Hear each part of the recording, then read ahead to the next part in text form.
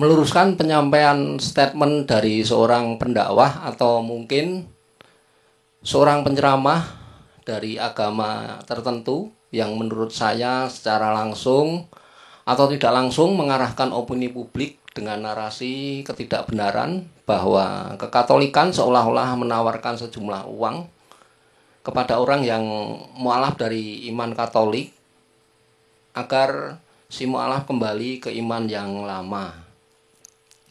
Kejadian ini belum lama, bahkan sempat menjadi sedikit viral di kalangan netizen. Baiklah, untuk lebih jelasnya coba saya bukakan dulu mass media online berikut ini. Memang saya sengaja nggak tampilkan channel YouTube siapapun ya, saya cuma dari media online saja. Mohon maaf ini. Karena memang fokus saya sebenarnya bukan ke orangnya tetapi ke proses ininya ya. Kok bisa begitu sebagai pelajaran ya. Sudah muncul Om? Ya, ya, ya. Ya, sudah muncul. Ya, ini diberitakan ya di Insert Live, seorang wanita bernama Loren berbagi kisah hidupnya setelah menjadi mualaf. Mengutip dari akun YouTube Kisah Para Mualaf, Loren berbagi cerita tentang dirinya dari awal memeluk agama Islam yang bermula dari ibunya yang lebih dahulu. Pertamanya berawal dari pemikiran sederhana seorang anak kecil. Dulu mikirnya kenapa agama saya ibadahnya kok hari Sabtu sama hari Minggu. Tetapi kenapa Islam setiap hari bahkan berkali-kali. Akhirnya ibunya memutuskan pindah menjadi seorang Muslim. Dia bilang pada anak-anak untuk bebas memilih agama apa saja. Dari situ terus saya bongkar-bongkar kitab lama saya. Kata Loren, wah ini seperti orang dewasa ya ini anak ini ya, walaupun anak kecil ini. Dengan tekad dan hidayah yang kuat, Loren mantap mengikuti jejak sang ibunda menjadi seorang mualaf. Jadi nah ini sedikit saya. Dalam perbincangan itu, setelah si mualaf menceritakan latar belakang kepindahan iman dari Katolik, si pendakwah kemudian menanyakan kadar keimanan si mualaf yang diwawancarainya dengan pengandaian jika keimanannya ditukar dengan sejumlah uang ratusan juta bahkan sampai 1 miliar untuk kembali ke iman yang lama yaitu Katolik bagaimana. Jadi seakan-akan ada tawaran kalau seandainya pindah ke Katolik lagi gimana, kurang lebih seperti itu. Tetapi si mualaf menyatakan bahwa imannya yang sekarang tidak bisa dihargai dengan uang. Kemudian si pendakwah tersebut seakan-akan takjub pada si mualaf dan dalam narasi video tersebut si pendakwah menjanjikan beberapa ini ya, sebuah laptop ya, memberi sebuah laptop yang sesuai keinginan si mualaf kalau saya perhatikan seperti itu. Perbincangan tersebut sebenarnya biasa-biasa saja ya. Tetapi kenapa harus membawa atau menyebut pihak keimanan lain dan seakan mengarahkan opini publik bahwa segala sesuatu kalau dalam iman lain, itu dalam hal ini Katolik, selalu direndahkan posisinya ya. Dengan hal-hal yang bersifat materi. Sebab bukan kali ini saja kekatolikan di framing seperti itu ya, lewat beberapa kesaksian mualaf. Sebagai contoh, mualaf yang berinisial SIW yang katanya dulu juga seorang pastor, katanya juga pernah ditawar puluhan bahkan ratusan miliar agar mau kembali ke iman yang lama. Belum lama juga ada seorang bapak-bapak menceritakan bahwa seorang pastor bergaji ratusan juta. Jadi ya, saya secara pribadi tidak habis pikir dengan maraknya model-model dakwah seperti itu yang sebenarnya tidak mendidik bangsa ini agar menjadi lebih cerdas dalam beriman suatu agama. Bukankah lebih baik dan lebih elegan jika mereka fokus akan pengajaran intern mereka sendiri dengan tidak menyinggung keimanan agama lain yang kata mereka sendiri adalah bagimu agamamu, bagiku agamaku. Demikian reaction ini saya buat terutama untuk kita semua, kaum Katolik awam, sebagai pembelajaran agar tetap setia dan teguh dalam bingkai iman Gereja Katolik, tidak terbuai dengan dan tidak mudah terombang-ambing dalam berbagai angin pengajaran lain. Dan saya juga berharap agar masyarakat umum lebih kritis, bisa memilah dan memilih mana dakwah atau ceramah yang bermanfaat bagi kehidupan bersama dalam berbangsa. Berkaitan juga nih. Begitu Bapak Ibu yang terkasih, ini saya coba tampilkan dulu, saya nggak baca lama-lama. Nah, Indifferentisme adalah kepercayaan bahwa tidak penting agama apapun yang dianut manusia, ia tetap bisa diselamatkan. Gereja telah mengutuk gagasan ini sebagai kesesatan dalam bahasa yang tegas, karena gagasan tersebut merupakan penyangkalan terhadap dogma EENS ya. Di luar gereja tidak ada keselamatan. Extra ecclesiam nulla salus. Berikut ini kutipan singkat dari ensiklik Mirari Vos oleh Bapak Paus Gregorius ke-16 tanggal 15 Agustus tahun 1832 ya. Saya bacakan sebentar. Sekarang kita memikirkan sumber kejahatan berlimpah yang menyusahkan gereja sekarang. Indifferentisme, opini jahat yang tersebar luas di seluruh sisi tipuan orang jahat yang membawa keselamatan kekal mungkin diperoleh jiwa melalui pengakuan terhadap agama apapun selama moralitas dipertahankan. Tentu engkau dengan komitmenmu akan mendorong kesalahan yang mematikan ini jauh-jauh dari orang-orang yang pedulikan dengan peringatan Rasul bahwa ada satu Allah, satu iman, satu baptisan. Semoga mereka merasa takut, merasa yang merencanakan gagasan bahwa keselamatan yang aman terbuka bagi seseorang dengan agama apapun. Mereka harus memperhatikan kesaksian Kristus sendiri bahwa mereka yang tidak bersama Kristus berarti menentang Ia, dan bahwa mereka memisahkan secara tidak bahagia mereka yang tidak berkumpul dengannya. Karenanya tanpa keraguan mereka akan binasa selamanya, kecuali mereka memang iman Katolik yang menyeluruh dan suci. Biarlah mereka mendengarkan Jerome yang mengatakan pada kita ketika gereja terbelah menjadi 3 karena skisma, ia berada di tahta Petrus berada untukku. Jadi seorang skismatik merayu dirinya sendiri dengan keliru karena ia menyatakan bahwa ia telah dibasuh dalam air regenerasi. Santo Agustinus akan menjawab kepada manusia tersebut, ranting memiliki bentuk yang sama ketika dipisahkan dari pokok anggur, tetapi apa yang menguntungkan bagi ranting tersebut bila ia hidup dari akar. Wadah indifferentisme yang memalukan ini muncul dari proposisi yang tidak masuk akal dan keliru bahwa kebebasan suara hati harus dipertahankan bagi setiap orang. Ia menyebarkan kehancuran dalam urusan sipil dan suci, walaupun beberapa orang semakin mengulangi dan dengan ketidakkesopanan yang besar bahwa suatu keuntungan bertambah bagi agama darinya. Tetapi kematian jiwa lebih buruk daripada kebebasan kesalahan, seperti yang dikatakan oleh Santo Agustinus. Ya demikian aja ya, saya persingkat. Jadi saya ulangi lagi bahwa indifferentisme adalah kepercayaan yang penting agama apapun dianut manusia, ia tetap diselamatkan. Jadi kalau dengan dalam pemikiran saya ya, ini jadi semua agama sama lah. Ibaratnya seperti itu ya. Jadi itu pengaburan ya akan firman Tuhan ya. Bahwa Tuhan sendiri juga mempunyai konsep keselamatan ya. Makanya Tuhan diutus untuk keselamatan itu ada konsep bangsa terpilih, terus ada ini kan menunjuk ada sesuatu yang dipilih gitu loh.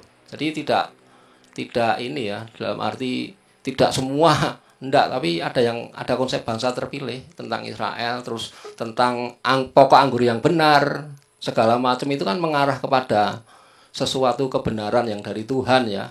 Terus kenapa Tuhan Yesus mendirikan gerejanya? Kenapa Tuhan Yesus ini ya istilahnya menunjuk Santo Petrus sebagai penggembala dombanya? Itu sebenarnya sudah dirancang ya, institusi gereja itu sudah dirancang dari Tuhan. Terus Tuhan sendiri juga menggambarkan tipologi ya di Perjanjian Lama itu, bahwa gereja itu sama seperti penggambaran kapal Nuh itu loh. Tidak ada sarana lain itu loh. Tidak ada sarana lain untuk keselamatan harus melalui, kalau sekarang gereja ya, dalam arti sekarang gereja, kalau dalam arti dulu ya kapal Nuh itu seperti itu. Jadi selain itu memang Tuhan sendiri mempunyai otoritas ya kepada siapa yang ini ya istilahnya masuk ke surga kan kita nggak tahu ya, tapi Allah mempunyai otoritas. Jadi tidak selamanya harus inilah kaku lah dengan EEN, tapi kan Allah sendiri punya otoritas untuk menyelamatkan seseorang gitu loh.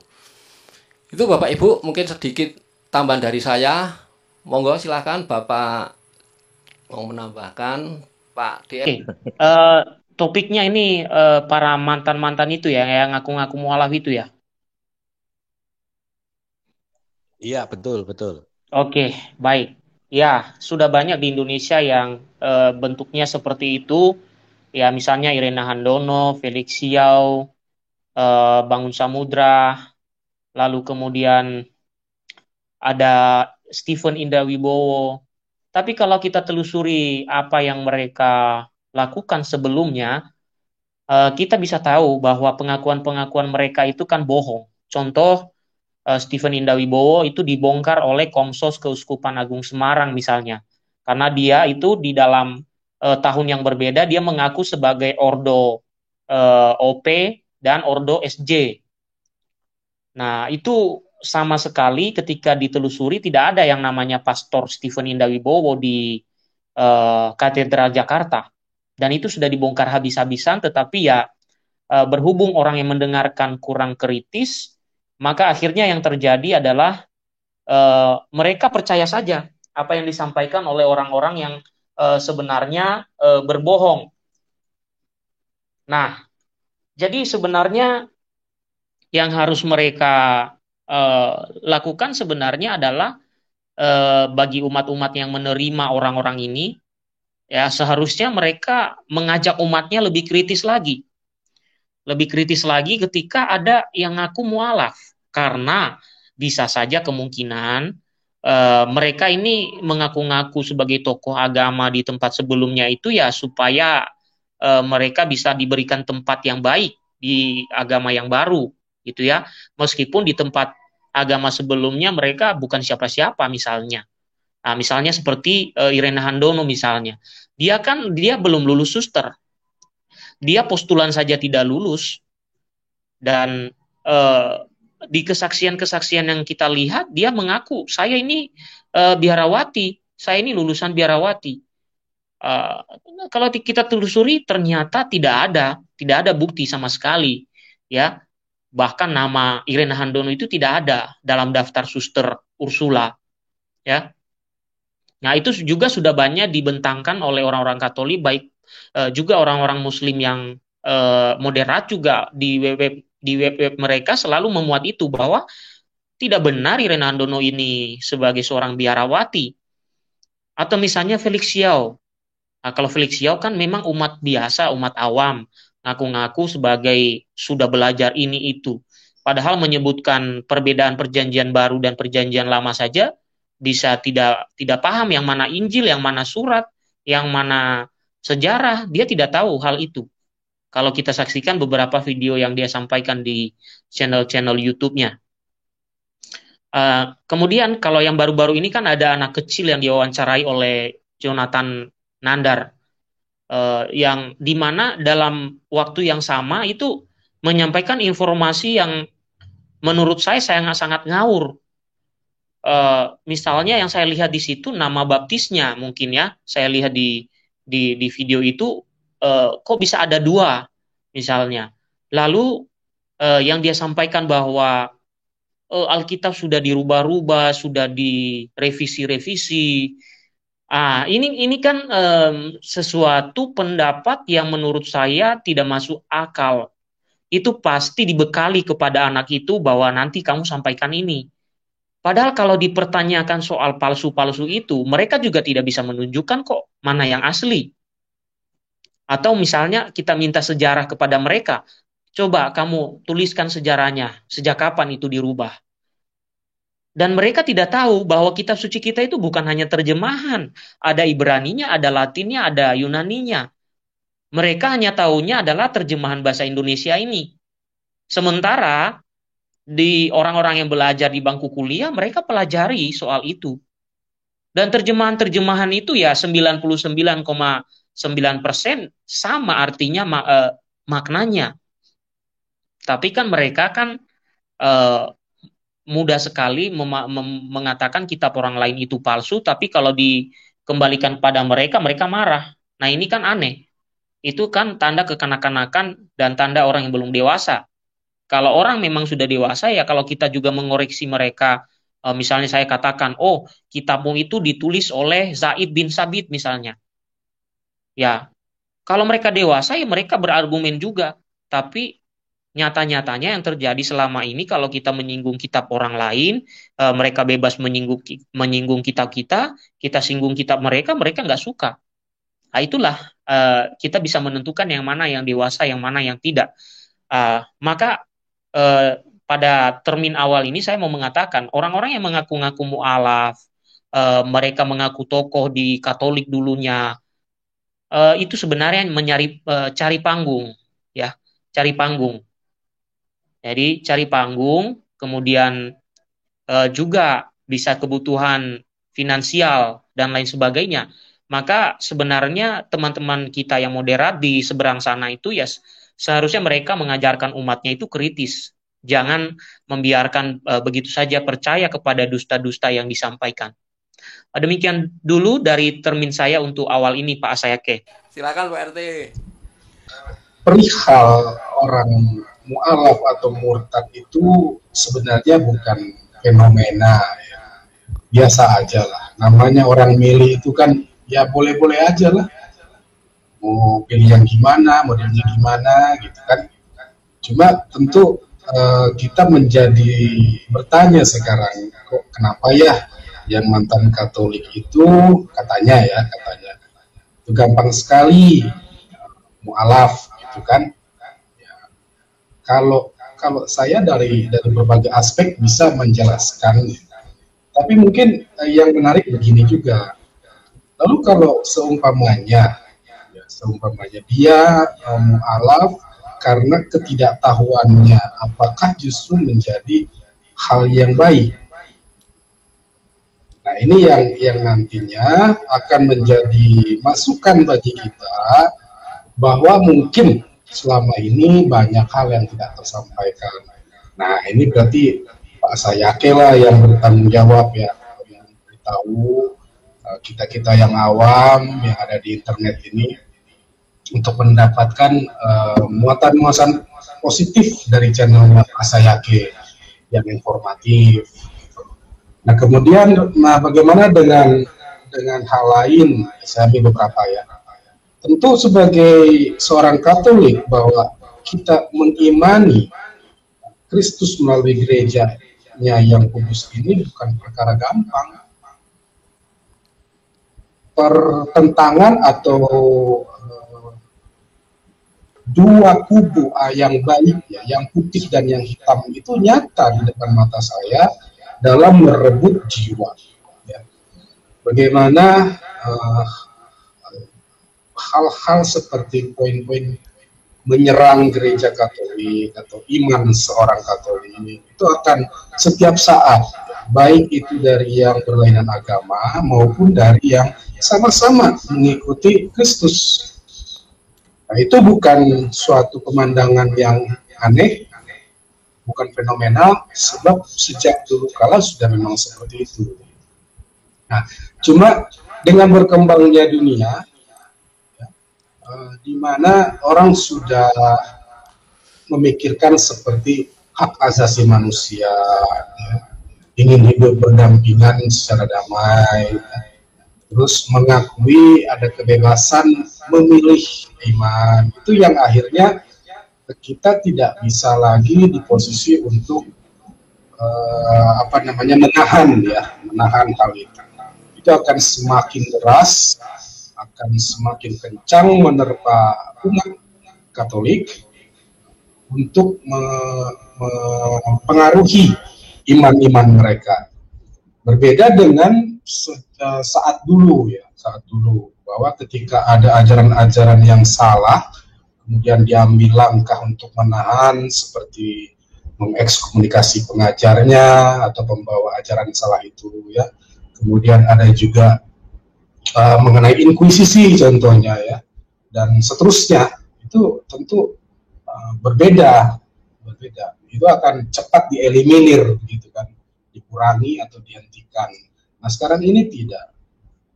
Dan yang ketiga, saya jauh lebih merasa bangga ketika melihat acara-acara seperti itu. Mengapa? Artinya nubuat Yesus itu jelas bahwa murtad akan terus ada, akan terus bertambah banyak.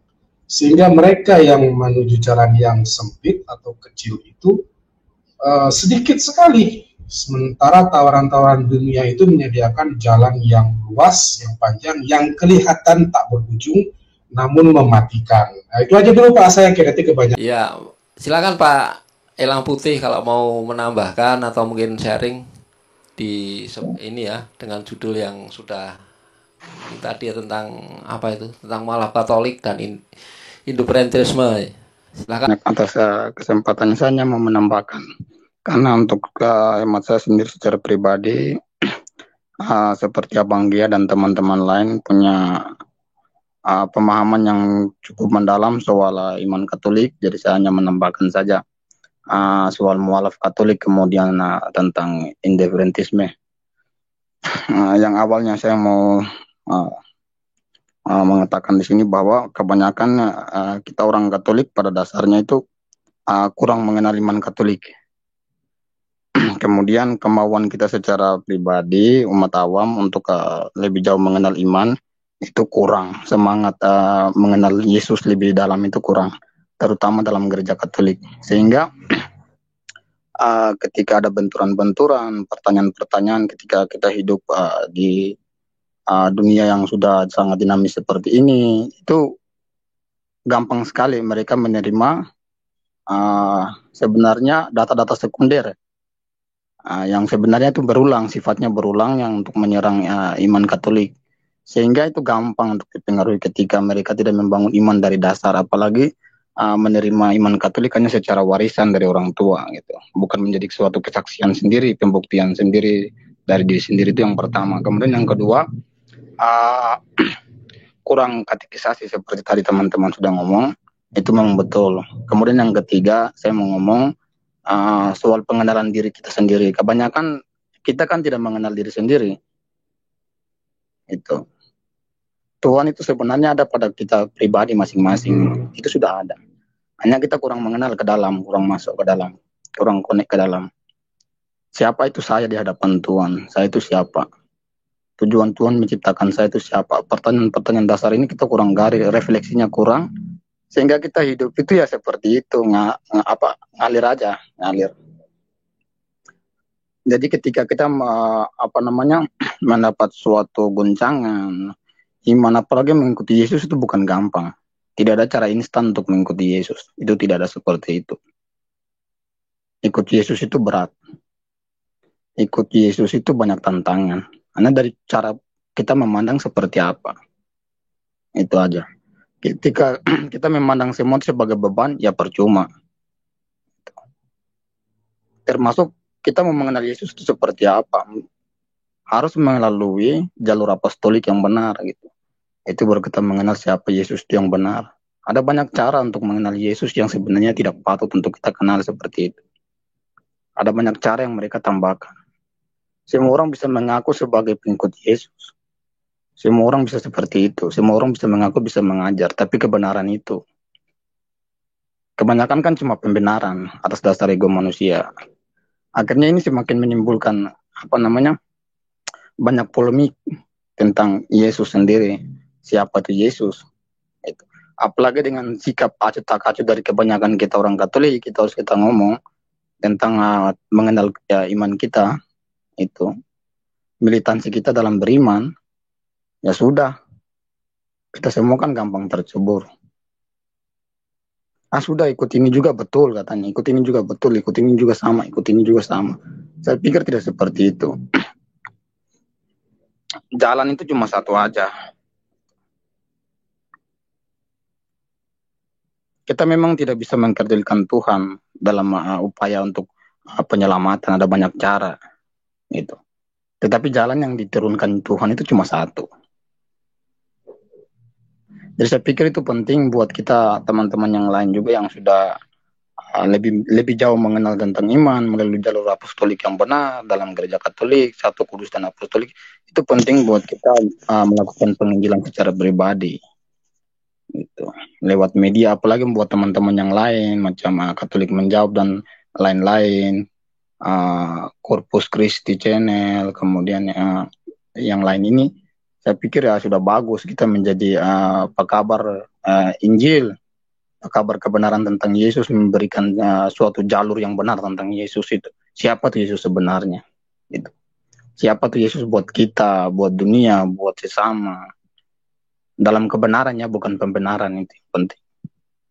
Itu terutama dalam jalur apostolik yang benar dari para rasul sampai di kita, melalui jalur paus, uskup sampai di kita.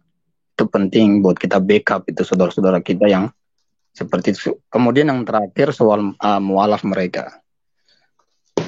Saya pikir karena itu pada dasarnya mereka gini ya, beriman karena beriman beriman bukan karena ingin mencari keselamatan, tetapi beriman karena ingin menikmati kenikmatan duniawi, jadinya seperti itu. Gitu. Kalau orang beriman untuk mencari keselamatan tuh pada dasar intinya itu cinta kasih aja. Cinta kasih dalam kebenaran dan kebijaksanaan itu aja. Tetapi kalau luar melenceng dari jalur itu, saya pikir itu kembali hanya untuk menikmati indahnya dunia gitu.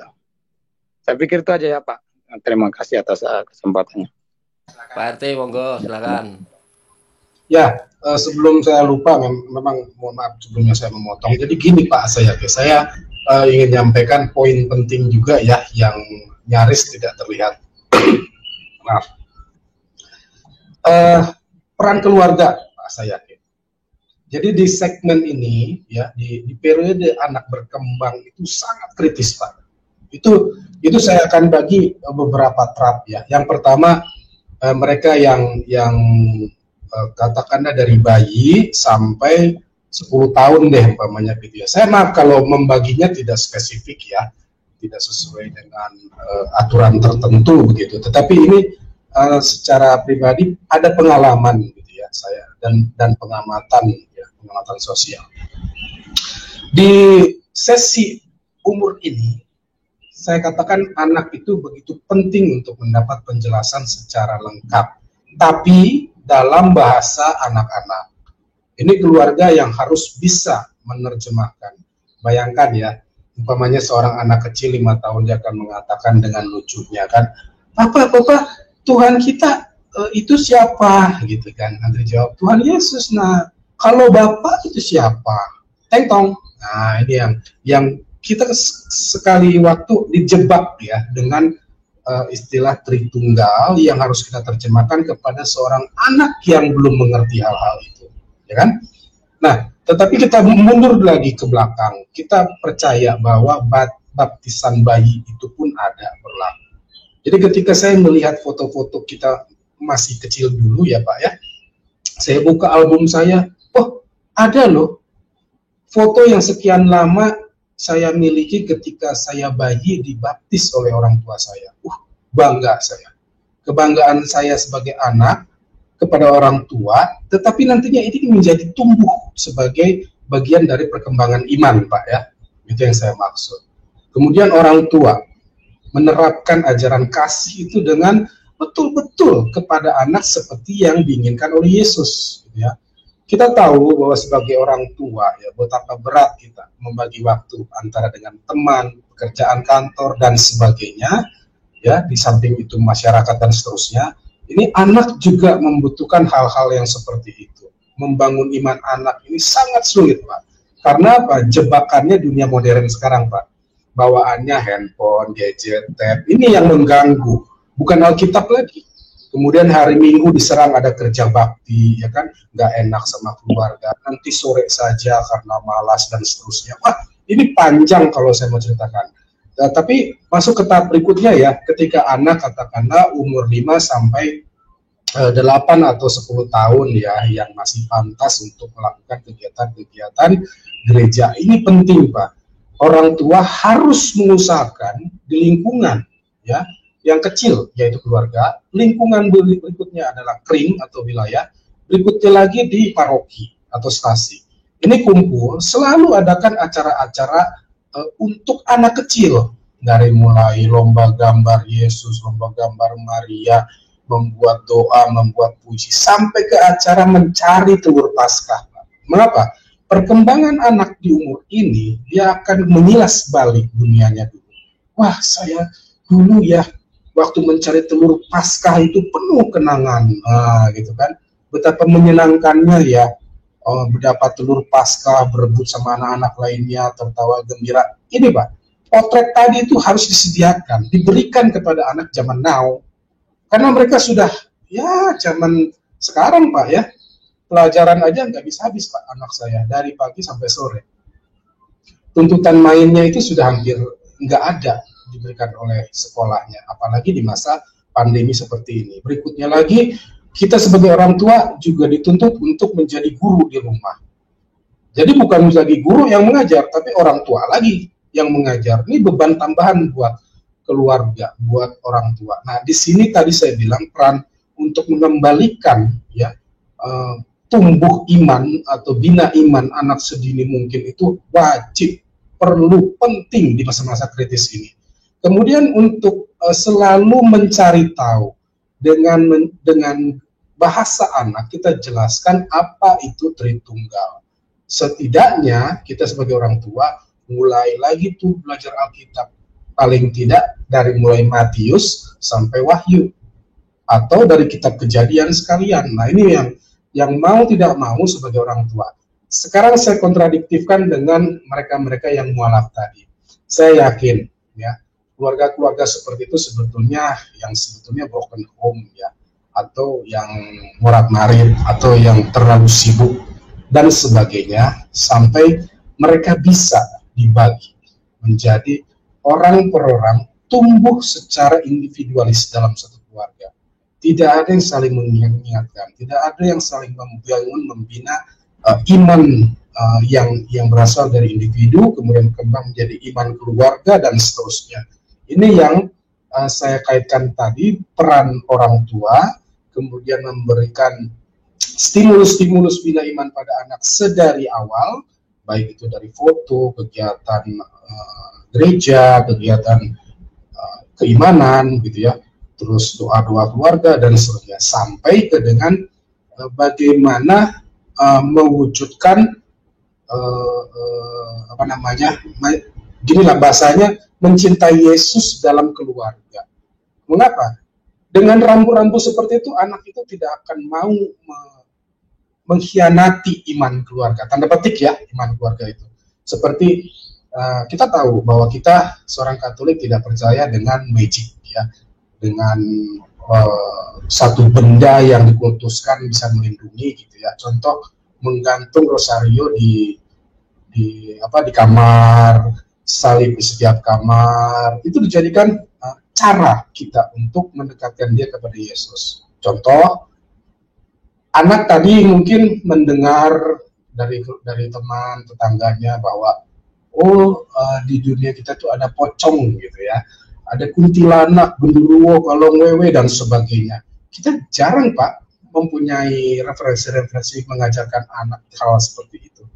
Sebaliknya kita menyampaikan betapa kuasanya Yesus menghadapi itu. Tetapi karena si anak tadi sudah terpengaruh cerita, kita bawa tadi alat-alat tadi itu sebagai cara untuk anak mendekatkan kepada Yesus, kepada Tuhan, kepada kekatolikan, sehingga tumbuh imannya. Nah, ini dikaitkan dengan menumbuh kembangkan iman anak sedari awal, itulah yang juga menurut saya penting dididik, selain dari apa yang kita diskusikan tadi, Pak, dalam konteks sudah manusia dewasa potretnya. Nah, untuk yang seperti tadi saya bilang, sasarlah anak-anak muda, kuatkan iman mereka dengan pola-pola yang seperti setidaknya yang saya sampaikan tadi. Begitu Pak Asayake, silakan. Terima kasih. Iya, memang dalam dunia digital sekarang ini tantangan keluarga Katolik itu semakin besar ya. Juga resikonya juga tuh semakin tinggi. Bahwa sekarang ini dengan zaman milenium, anak-anak sekarang juga kan tidak lagi model seperti yang dulu ya. Anak sekarang ini ya istilahnya kalau dikatakan mereka menentukan pilihan ya itu agak sulit untuk kemudian mau dikatakan dipaksa untuk berubah dari pilihan tersebut. Nah, itu juga bagian daripada tantangan.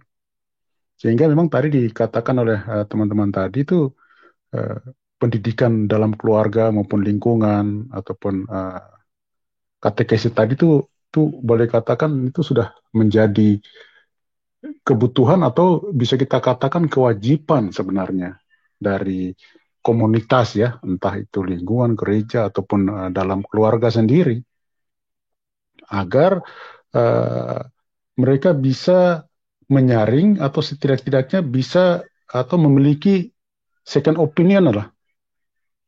Ini kan anak-anak kecil-kecil ini kan sudah pegang gadget kan sudah punya. Dia bisa TikTok, bisa YouTube, dia bisa dengar semua pengajaran.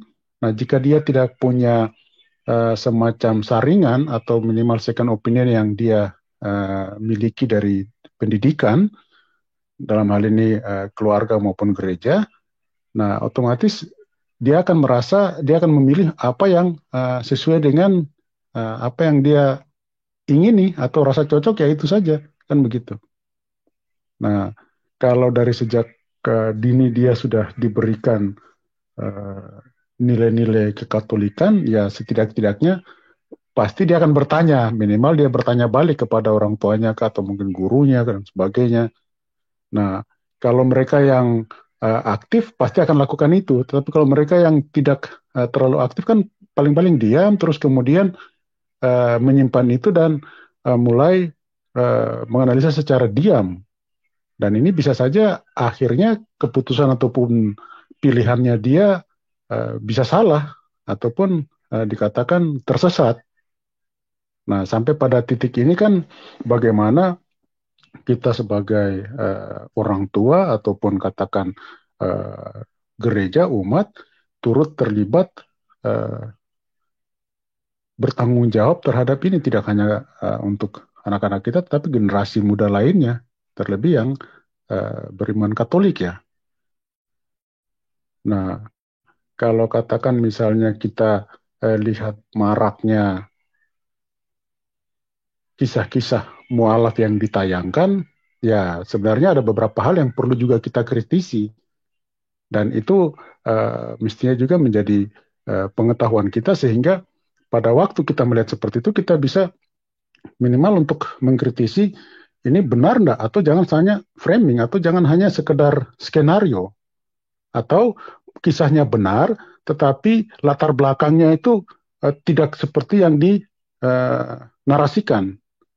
Bisa saja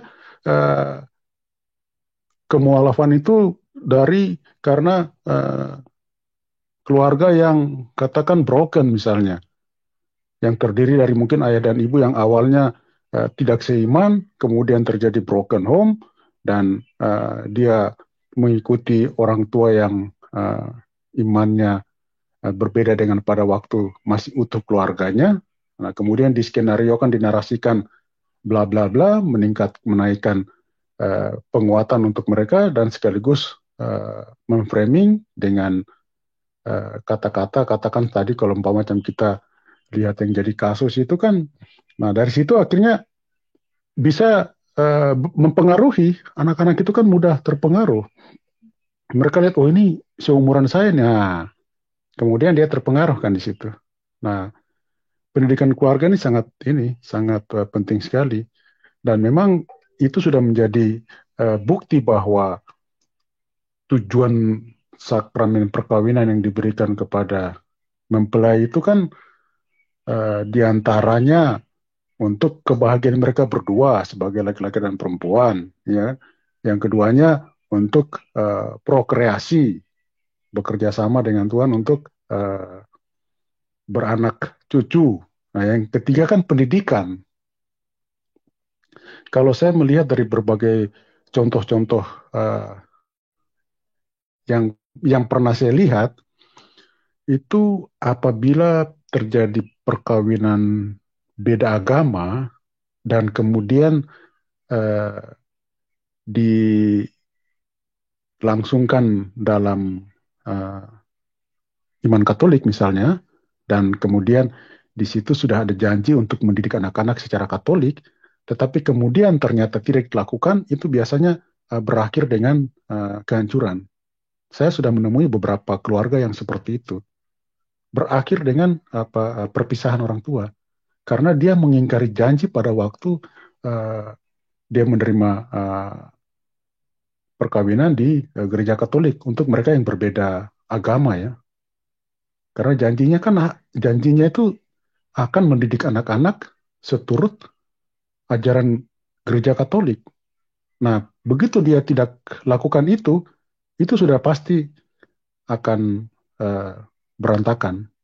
Itu yang pernah saya lihat, contoh-contoh kasus yang pernah saya temui dan saya ketahui. Artinya apa? Dunia era milenium digital ini di samping memberikan kemudahan teknologi informasi, tetapi tantangan yang luar biasa. Ya, paling mudah ya lebih sering banyak berdoa, karena ya itu mungkin satu-satunya yang paling bisa kita lakukan dengan mudah, ya, berdoa, melatih diri berdoa. Sementara untuk yang lain, katakan intensitas atau intensif pendidikan, ya kalau orang tua, katakan mungkin baik laki-laki maupun perempuan atau ayah atau ibu yang punya kesibukan ataupun punya karir, ya tentunya pasti akan sulit juga untuk memperhatikan pendidikan iman, ya, iman Katolik ini. Nah, apakah ini juga bisa menjadi usulan-usulan positif kepada pihak gereja dalam hal ini keuskupan untuk merancang mekanisme atau sistem katekese bagi generasi-generasi muda Katolik, sehingga yaitu tadi mereka tidak terbawa arus yang akhirnya membuat mereka meninggalkan iman. Sementara begitu dulu, bro. Ya,